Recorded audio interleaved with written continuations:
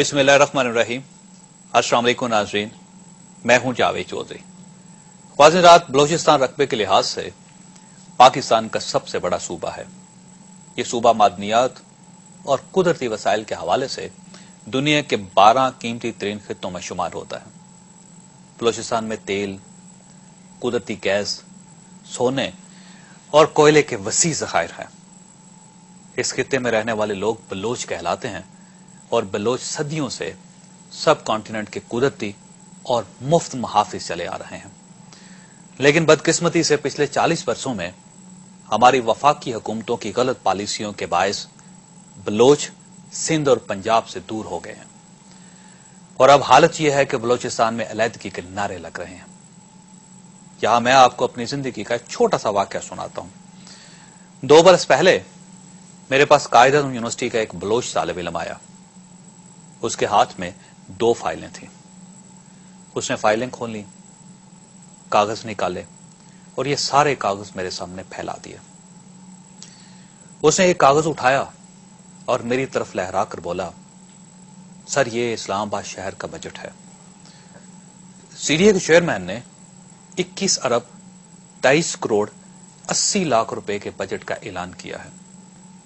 अगले बरस इस्लामाबाद के 15 प्रोजेक्ट्स पर इन 23 अरब रुपयों के अलावा 19 अरब 12 करोड़ रुपए भी खर्च होंगे। इस 19 अरब 12 करोड़ रुपए से ऐवान सदर में एक कॉलोनी तामीर की जाएगी। ऐवान सदर में पुलिस के लिए रहायशगाहें बनाई जाएंगी। कौमी असम्बली के स्पीकर का घर बनेगा। पार्लियामेंट हाउस का एयर कंडीशनिंग सिस्टम अपग्रेड किया जाएगा। क्लोज सर्किट टीवी सिस्टम लगाए जाएंगे।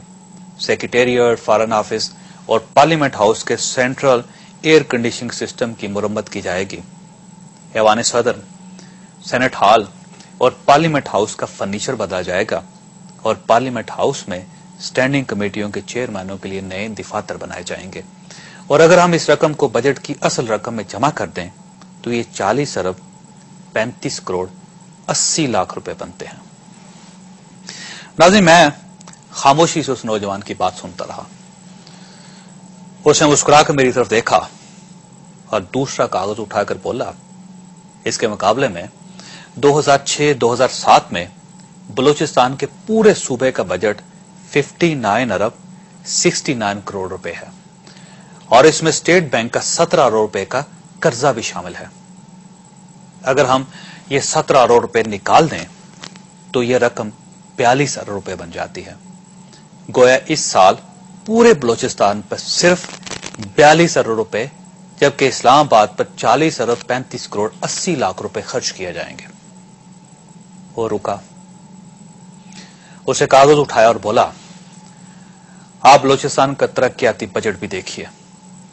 हुकूमत पूरे बलूचिस्तान के तरक्याती कामों पर 10 अरब 82 करोड़ रुपए खर्च करेगी। मैं खामोश रहा। वो रुक कर बोला, सर बलूचिस्तान का रकबा 3,47,190 किलोमीटर है और क्या यह जुल्म नहीं कि हुकूमत 906 मुरब्बा किलोमीटर के इस्लामाबाद और 10 लाख लोगों पर 40 अरब रुपए खर्च करे जबकि 3,42,180 मुरब्बा किलोमीटर के बलूचिस्तान और 1 करोड़ बलोचों की तरक्की पर सिर्फ 10 अरब 82 करोड़ रुपए खर्च किया जाए। सर क्या यह जुल्म नहीं? ऐवान सदर से पार्लियामेंट हाउस तक निस्फ किलोमीटर की तरक्की पर 19 अरब रुपए खर्च किए जाएं और गवादर से लेकर यूरोप तक और हब से लेकर चमन तक 3.5 लाख मुरब्बा किलोमीटर पर सिर्फ 10 अरब रुपए और 42 करोड़ रुपए खर्च किए जाएं। वो रुका, उसने सांस लिया और फिर मुस्कुरा कर बोला, लेकिन सर इसके बावजूद जब भी हम लोग बोलते हैं तो आप लोग हमें गद्दार कहते हैं। आप हमें कौम परस्त का खिताब दे देते हैं। साथ साथ हमें यह मानना पड़ेगा कि वफाक का बलूचिस्तान के साथ रवैया बेहतर नहीं था। हमने आज तक बलूचिस्तान से बहुत कुछ हासिल किया लेकिन इसके बदले में इसे गद्दारी के टाइटल, गुर्बत, बेरोजगारी, नफरत, बम, मिसाइल्स और फौजी ऑपरेशंस के सिवा कुछ नहीं दिया। बलूचिस्तान की गैस से पाकिस्तान के 162 छोटे बड़े शहर और कस्बे फायदा उठा रहे हैं लेकिन बलूचिस्तान इस गैस اور اس کی آمدن سے محروم ہے۔ بلوچستان کی گیس سے پنجاب، سندھ اور سرحد میں 1,18,000 چھوٹے بڑے صنعتی یونٹ چلتے ہیں۔ کھاد اور سیمنٹ بنانے والی تمام فیکٹریاں گیس سے چلتی ہیں، لیکن بلوچستان میں کوئی فیکٹری، کوئی مل، کوئی صنعت نہیں۔ اور اس کی وجہ سے بلوچوں کے ذہن میں یہ بات بیٹھ گئی ہے کہ ان کی گیس سندھی اور پنجابی لے جاتے ہیں اور بلوچوں کے حصے میں صرف پائپ لائن آتی ہے۔ یہی صورتحال کوئلے، سونے اور دوسری معدنیات کے ساتھ ہے۔ یہ معدنیات بلوچستان کی ہیں، لیکن فائدہ دور سے صوبے اٹھا رہے ہیں۔ ناظرین، بلوچوں کے ساتھ دوسرا بڑا ظلم آپریشنز ہے۔ بلوچستان میں پچھلے 40 برسوں سے وقفے سے آپریشن جاری ہیں۔ ان آپریشنز میں اب تک بلوچستان کے سینکڑوں لوگ مارے جا چکے ہیں اور ان لوگوں میں نواب اکبر خان بگٹی جیسی شخصیت بھی شامل تھی۔ اس وقت بھی سینکڑوں کی تعداد میں بلوچ نوجوان جیلوں میں بند ہیں اور ان کا کوئی پرسان حال نہیں۔ ان حالات کی وجہ سے آج پورا بلوچستان غم اور غصے کی انگیٹھی بن چکا ہے۔ پورے بلوچستان میں آگ دہک رہی ہے اور لوگ کھلے عام علیحدگی کی باتیں کر رہے ہیں۔ خواجہ، بلوچستان کے ان حالات کا ذمہ دار کون ہے؟ بلوچ وفاق سے، ہم سے کیا مانگتے ہیں اور ہمیں بلوچوں کو مطمئن کرنے کے لیے کیا کرنا چاہیے؟ یہ ہمارا آج کا موضوع ہے اور ہم ایک چھوٹے سے وقفے کے بعد اس پر گفتگو کریں گے، جبکہ میں پروگرام کے آخر میں آپ کو اس مسئلے کا حل بتاؤں گا۔ ہمارے ساتھ رہیے گا۔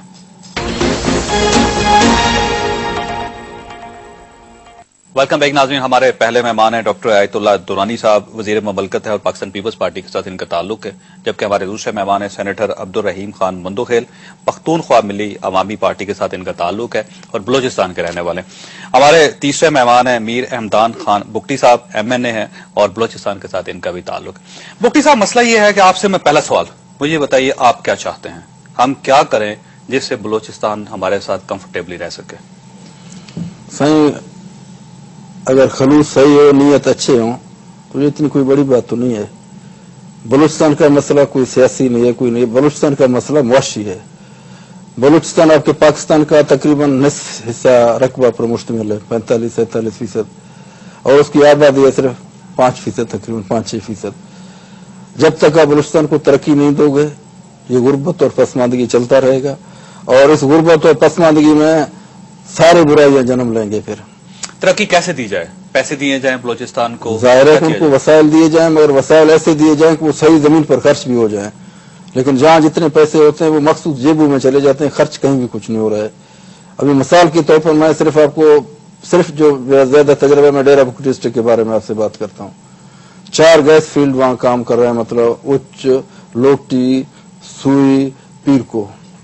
وہاں بچہ سینٹر تک نہیں ہے۔ کیوں نہیں ہے؟ میں کیا بتاؤں کیوں نہیں ہے؟ یہ میں تو کہتا ہوں حکومت نہیں کر رہا ہے۔ حکومت پیسے دیتی رہی ہے، بگٹی ٹرائب کو پیسے دیے انہوں نے، ہمیشہ دیے۔ حکومت نے اگر پیسے دیے ہیں، اور اس وقت صرف نواب بگٹی کو دیے ہیں، کہیں ترقیاتی کام کے لیے پیسے نہیں دیے ہیں۔ ترقیاتی کام کے لیے کوئی پروجیکٹ ڈائریکٹر ہوتا، ترقیاتی کام کے لیے کوئی آپ کا ایک کمیٹی ہوتا، اور اس وقت بھی مشرف صاحب کہتے تھے جی میں نے اربوں روپے دیے۔ میں نے خود مشرف صاحب سے پوچھا جی وہ آپ کے اربوں روپے کہاں گئے ہیں؟ جب میں MNA ہو کر آیا تھا، وہاں اس دور میں صرف لوگوں میں مرغیاں تقسیم ہوئے ہیں۔ کیا یہ مرغیاں تقسیم ہونا آپ کے خیال میں آپ لوگوں کی پسماندگی کو دور کر رہے ہیں؟ اور اس وقت بھی 1 سال ہوا ہے اس حکومت کو، ماسوا ہے مجھے 1 کروڑ دینے کے، میرے پاس 4 ڈسٹرکٹ ہیں، میں 4 ڈسٹرکٹ آئے میں ہوں، جس میں سبی، کولو، ڈیرہ بگٹی، ہرنائی۔ آپ بتائیں کہ اس کے 1 کروڑ میں کیا ترقی ہوگا؟ لیکن بگٹی صاحب مسئلہ یہ کہ دیکھیں وہاں بلوچستان میں حکومت ہے، پوری بلوچوں کی حکومت ہے جس میں اتنے زیادہ وزراء ہیں، آپ اپنی حکومت کے اوپر پریشر کیوں نہیں ڈالتے جس کا کام ہے وہاں صوبائی حکومت کا کہ وہ آپ کے لیے ڈیولپمنٹ کا کام کرے؟ وہ کیوں نہیں کر رہا ہے؟ اس کا مطلب یہ ہے کہ ایک بلوچ کو نقصان پہنچا رہا ہے۔ دیکھیں جی، یہ ایک مثال میں آپ کو ایک بھی دوں نا، جب کہتے ہیں فرانس میں لوگوں نے بھوک کے خلاف جلوس نکالا تھا، تو وہ جو اوپر بیٹھی ہوئی تھی ان کا مالکہ، انہوں نے کہا جی کس چیز کے لیے شور مچا رہے ہیں؟ کیا کہتے ہیں؟ روٹی مانگ رہے ہیں۔ روٹی نہیں کہتے کیک کھائیں، پیسٹری کھائیں۔ آپ کس سے توقع رکھتے ہیں؟ نہیں، آپ کے بلوچ لیڈر میں آپ سے کہہ رہا ہوں نا، وہاں اسلم ریسانی صاحب ہمارے چیف منسٹر ہیں، وہاں پہ جتنے منسٹر ہیں، میں آپ کو بتا رہا ہوں اسلم ریسانی صاحب چیف منسٹر ہیں۔ میں نے بحیثیت ایک MNA کے 3-4 بار میں نے ان سے ملاقات کا ٹائم مانگا، اس نے مجھ سے ملاقات نہیں کیا ہے، مطلب 4-5 بار میں نے ملاقات کا ٹائم مانگا ہے۔ اور دوسری بات یہ ہے کہ مجھے سب میں نے انہوں نے خط لکھا تھا کہ جی بلوچستان کے مسائل کے بارے میں بات کی جائے، मरकज में। मैंने उसमें तहरीरी जवाब लिखा था और मैंने ज़बानी तौर पर रियायतुल्लाह दुरानी साहब साथ बैठे हुए मैंने इनसे भी कहा था। मैंने कहा जी देखें ये जितने बलूचिस्तान के मसाइल हैं उनकी सबसे बड़ी मुजरिम और सबसे बड़े जिम्मेदार जो है ना ये हमारे MPA MNA सेनेटर और हमारे जितने गुजरा है वो है। मैंने नवाज साहब को खत लिखा है असलम अली सानी साहब को, उसके जवाब में मैंने कहा जी अगर वाकई आपको बलूचिस्तान के हकूक के बारे में बात करना है, आपके जितने MPA या मिनिस्टर साहबान हैं, जितने MPA तकरीबन मिनिस्टर भी सारे हैं, आप बलूचिस्तान हाउस इस्लामाबाद में तशरीफ लाए बगैर किसी पार्टी से उसके जितने MNA हैं जितने सेनेटर हैं उन सबको बुलाएं, हम बैठकर एक बात करें कि जनाब हमारे मसाइल क्यों हल नहीं हो रहे हैं, हमें कौन इग्नोर करेगा, कौन नहीं दे रहा है। आया पंजाब नहीं दे रहा है, नवाज शरीफ से बात करना है, फौज नहीं दे रहा है, आर्मी चीफ से बात करना है, जमदारी से या गीलानी साहब से बात करना है। हम मुतफिका भी कौन नहीं गए उससे जो भी अथॉरिटी है उससे जाकर मिलेंगे कि जनाब ये हमारे मसाइल हैं, आप इनको हल करें, अगर हमारे जायज हैं तो हमारी हल करें, अगर जायज नहीं है तो हमें मुतमईन करें, ना हमें मुतमईन करते हो ना हल करते हो तो हम सब मुश्तरका तौर पर रिजाइन दें। तो कम से कम दुनिया में एक चीज तो आ जाए भाई जितनी भी मतलब वो जितने मतलब वो मुंतखब लोग थे सब ने इसकी मुश्तरका इस्तीफा दे दी है। बिल्कुल ठीक। ये तो इसका हाल नहीं है कि आपने एक पहाड़ पे चढ़ाए गुलजर, ये सिर्फ लोगों को गुमराह करने वाली बात है और कुछ भी नहीं है इसमें। ओके मंदोखैल साहब ये देखिए कि ये जो अभी जो बात सामने है बुगटी साहब की तरफ से वो ये है, यूं महसूस होता है कि एक बलोच का शिकवा एक बलोच के साथ है, ऐसे बलोच के साथ जिसके पास इक्तदार है बलोचिस्तान में। लेकिन होता ये है कि आप उनके बजाय शिकवा करने के बजाय वफाकी हुकूमत की तरफ आते हैं, पंजाब की तरफ आते हैं, सिंध को ब्लेम करते हैं।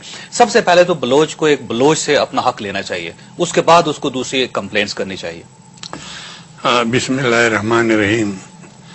मैं आपका शुक्रिया अदा करता हूँ, अपने मौजूदा मसाइल के हवाले से हमें यहाँ दावत दी है। असल बात तो एक तो ये है कि मैं पहले से जरा कुछ क्लियर करूं, वो ये है कि बलूचिस्तान सूबा जो है वो बजाते खुद दो कौमियतों का, पश्तून और बलोच का, ठीक है, मुश्तरक सूबा है। और फिर ये अपनी अपनी हिस्ट्री, अपनी सरजमीन वो रखते हैं। आपकी पार्टी जो ना वो क्लेम करती थी कि बोलान तक जो है ना वो पख्तूनख्वा है और वो पश्तूनों का हक है। हम कहते हैं पश्तूनख्वा जो है सिबी तक, ये तमाम पश्तून लैंड है, हिस्ट्री में भी रहा है, आज भी है। और ये जो है एक स्टेज पे the so called British Balochistan, इसका नाम होता था, अपने तौर पे एक चीफ कमिश्नर का प्रोविंस था। और यही वो चीफ कमिश्नर का प्रोविंस आखिर में सन 71 में बदकिस्मती से कलात स्टेट के साथ मिलाकर इसका नाम बलूचिस्तान रखा गया। बुनियादी तौर पे इस वक्त जब हम कहेंगे कि मसला बलूचिस्तान का, तो इसके माने मसला पश्तून बलोच का बमुकाबला फेडरेशन। अब आप पूरे बलूचिस्तान का जो सूबा है, जो डिक्लेयर्ड सूबा है, हम उसको बलूचिस्तान समझते हैं। उसके अंदर कितनी कौमियतें, इसका ज़ाहिर कोई ताल्लुक नहीं है किसी के साथ भी। इस वक्त पंजाब में सराइकी भी हैं, पंजाबी भी हैं और बहुत सारे हिंदको भी हैं, बेशुमार ऐसे लोग हैं जो इनमें फैले हुए हैं। लेकिन वो पंजाब पंजाब कहलाता है, बलूचिस्तान बलूचिस्तान कहलाता है, सिंध कहलाता है, और सरहद बड़ा फर्क होता है। एक ये है कि पंजाब है, उसमें ऐसे कहीं इधर वो कौमियत या पश्तून मसला अभी दुरानी तमाम पंजाब में बिखरे पड़े हैं, दूसरे लेकिन वो पंजाब वो यहाँ तो अपनी जुदा सरजमीन है, बलोच की अपनी सरजमीन है, पश्तून की अपनी सरजमीन। अच्छा ये बताइए आपका गिला किसके साथ है? अब मैं इस मसले को आपके उस सवाल के और इस सवाल के मिलाकर, मसला ये है कि यहाँ उन्होंने फरमाया कि मसला माशी है, लेकिन ये सही है कि माशी है, लेकिन माशी हो, सकाफती हो, दूसरी हो, ये सब मुतमरकज होते हैं पॉलिटिक्स में। असल मसला आता है पॉलिटिकल, और वो है पॉलिटिकल पावर का मसला, सियासी इख्तियार का मसला। तो हम जो हैं बुनियादी तौर पे इस जगह हम दोनों कौमियतें, हम यानी वो सूबाई खुद मुख्तारी ऑटोनॉमी के, हम फेडरेशन के इख्तियारात और हमारे सूबे के हमारे अपने इख्तियारात, यानी हक हुक्मरानी सूबे के अपने आप पर और बाकी मुश्तरक फेडरेशन में 1973 के आइन के मुताबिक। अब जो है इस स्टेज में वो 73 के आइन के मुताबिक, यानी